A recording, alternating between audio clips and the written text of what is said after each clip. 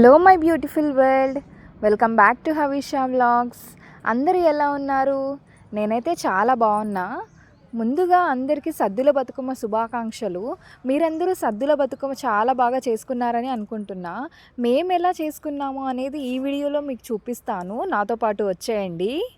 ఏంటక్క లాస్ట్ వీడియోలో మాకు బతుకమ్మ లేదు అని చెప్పేసి ఈసారి ఏంటి బతుకమ్మ చాలా బాగా చేసుకున్నాము అని అంటున్నారు అని అనుకుంటున్నారా? మా కాలనీలో బతుకమ్మ సెలబ్రేషన్స్లో పార్టిసిపేట్ చేసా. అక్కడైతే చాలా బాగా సెలబ్రేట్ చేసుకున్నా, అందుకే బాగా చేసుకున్నా అని చెప్తున్నా. ముందు రోజు ఈవినింగ్ నాకు కొంచెం పనుండి బయటికి వెళ్ళా. అప్పుడు ఈ అందమైన సీనరీస్ అయితే కనిపించాయి. రోడ్డుకి అటువైపు ఇటువైపు ఈ కలర్ఫుల్ ఫ్లవర్స్తోని ఎంత బ్యూటిఫుల్గా కనిపిస్తుందో కదా. ఒక్క మాటలో చెప్పాలంటే ప్రకృతి అందాలన్నీ ఒకే చోట చూసినట్టుగా అనిపించింది.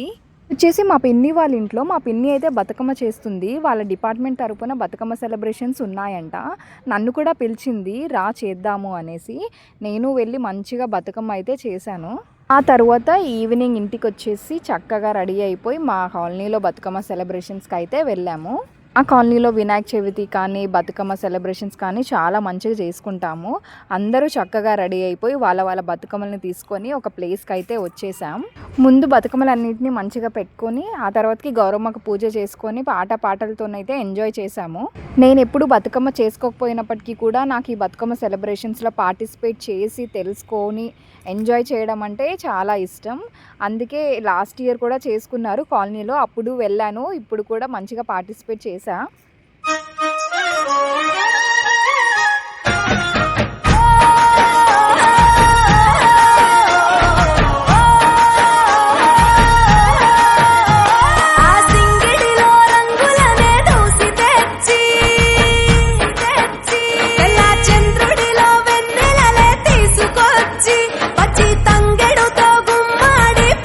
బతుకమ్మ పండుగను చేసుకోవడం తెలంగాణ ప్రాంతంలో వందల సంవత్సరాల నుంచి ఉన్నప్పటికీ కూడా తెలంగాణ రాష్ట్రం ఏర్పడిన తర్వాతకి ఇది ఇంకా బాగా చేయడం అయితే మొదలుపెట్టారు అని నాకు అనిపిస్తుంది. ఇప్పుడు ఏ ఊర్లో కానీ ఏ వీధిలో చూసినా కూడా బతుకమ్మ సెలబ్రేషన్స్ అయితే చాలా బాగా చేసుకుంటున్నారు.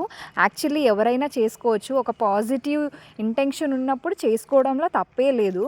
నేను లాస్ట్ వీడియోలో తెలంగాణలో బతుకమ్మ ఎందుకు చేసుకుంటారు, ఎప్పటి నుంచి చేస్తున్నారు అనే దాని గురించి క్లియర్గా ఎక్స్ప్లెయిన్ చేశా. చూడకపోతే వెళ్ళి చూడండి, ఖచ్చితంగా మీకు నచ్చుతుందని అనుకుంటున్నా. నేను ఈ బతుకమ్మ పండుగను బుక్స్లో చదవడం, ఇలా పార్టిసిపేట్ చేయడంతో తెలుసుకుంటున్నా.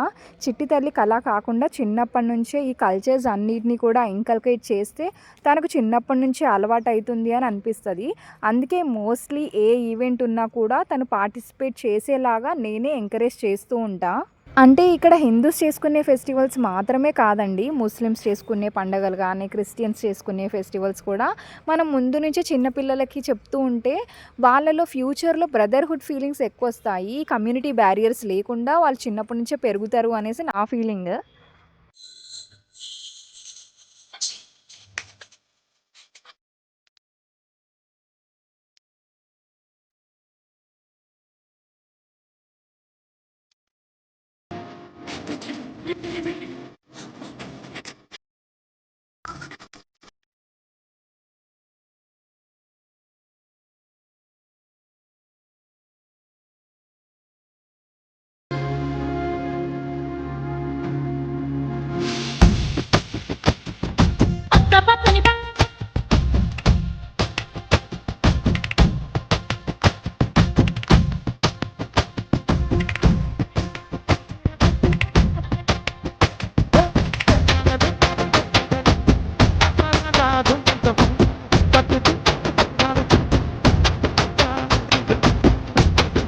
చాలాసేపు మంచిగా డ్యాన్స్ వేసిన తర్వాతకి నిమజ్జనంకి అయితే జెంట్స్ తీసుకొని వెళ్ళిపోయారు. ఆ తర్వాత లేడీస్ గౌరవమ్మకు మంచిగా హారతి ఇచ్చేసి మా కమ్యూనిటీలో ఫుడ్ ప్రిపేర్ చేపిస్తే అక్కడ ఫుడ్ కూడా తినేసి అందరూ చక్కగా ఫొటోస్ దిగేసి ఎవరింటికి వాళ్ళైతే వెళ్ళిపోయారు.